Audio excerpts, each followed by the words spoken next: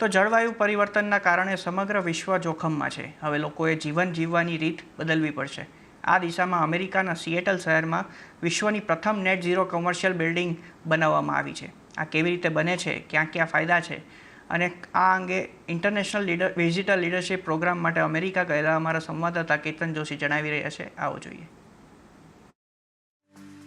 સામાન્ય ઇમારત જેવી દેખાતી આ ઇમારત આખી દુનિયાનું ધ્યાન પોતાની તરફ ખેંચે છે. આ કમર્શિયલ બિલ્ડિંગ જે 11 વર્ષથી કાર્યરત છે અને તેના બુલેટ સેન્ટર માટે પ્રખ્યાત છે. સંપૂર્ણ પાણીના સંગ્રહને કારણે ક્યારેક બહારથી પાણી લીધું નથી અને બિલ્ડિંગની જરૂરિયાત કરતાં 10% વધુ વીજળી સોલારથી ઉત્પન્ન કરે છે. સંયુક્ત શૌચાલય પ્રણાલીઓ પણ ખાતરનું ઉત્પાદન કરે છે.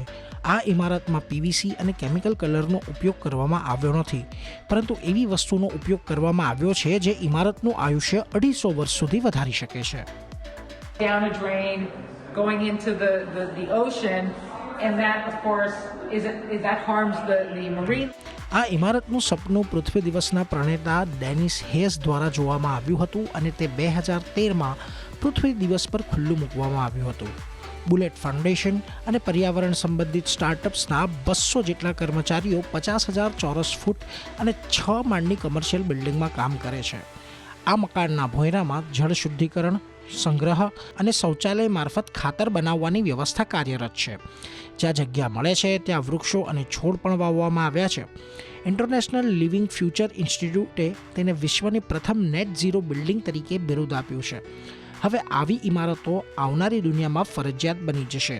But also a building that would promote healthier behavior of not just the occupants but આ બિલ્ડિંગ સામાન્ય ઇમારત કરતાં 23% વધુ ખર્ચાળ છે, પરંતુ આ રકમ થોડા વર્ષમાં સરભર થઈ જાય છે. વોશિંગ્ટન યુનિવર્સિટી આ ઇમારતને પ્રોત્સાહન પણ આપે છે.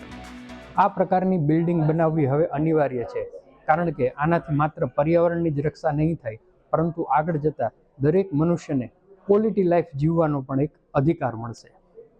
Ketan Joshi, Seattle, United states.